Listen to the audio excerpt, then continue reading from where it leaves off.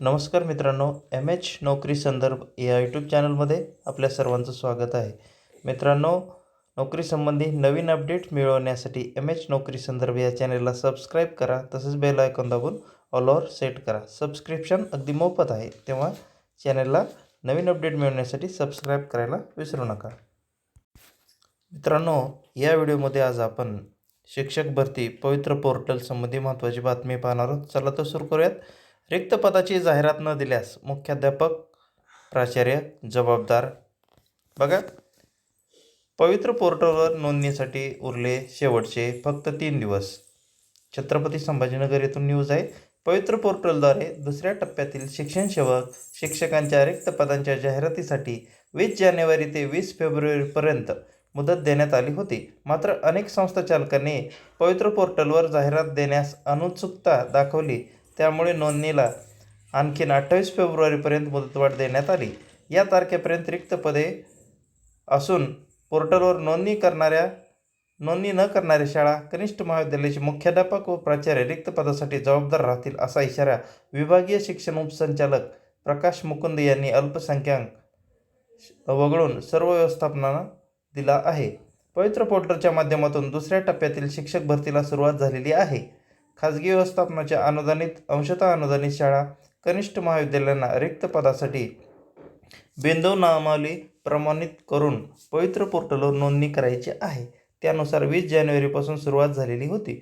महिनाभर मुदतवाढ दिल्यानंतरही अनेक संस्थांनी नोंदणीच केली नसल्याचे उघडकीस आले आहे.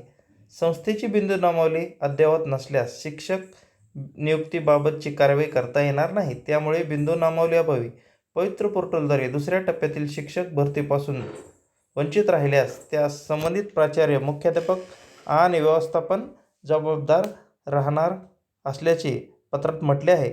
त्यामुळे 28 फेब्रुवारीपर्यंत छत्रपती संभाजीनगर विभागातील छत्रपती संभाजीनगर, जालना, बीड, परभणी आणि हिंगोली जिल्ह्यातील अल्पसंख्याक शाळा वगळून इतर खाजगी व्यवस्थापनांनी तात्काळ पोर्टलवर नोंदणी करावी, असे आवाहन मुकुंद यांनी केले आहे.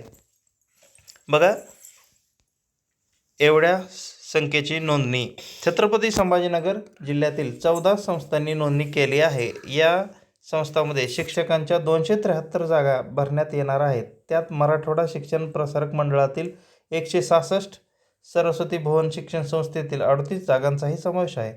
त्याशिवाय इतर 4 जिल्ह्यातही संस्थांमधील रिक्त जागांची आकडेवारी समोर येत आहे. बघा, विभागीय उपसंचालक प्रकाश मुकुंद यांचं काय म्हटलं आहे? प्रक्रियेत सहभागी व्हावे.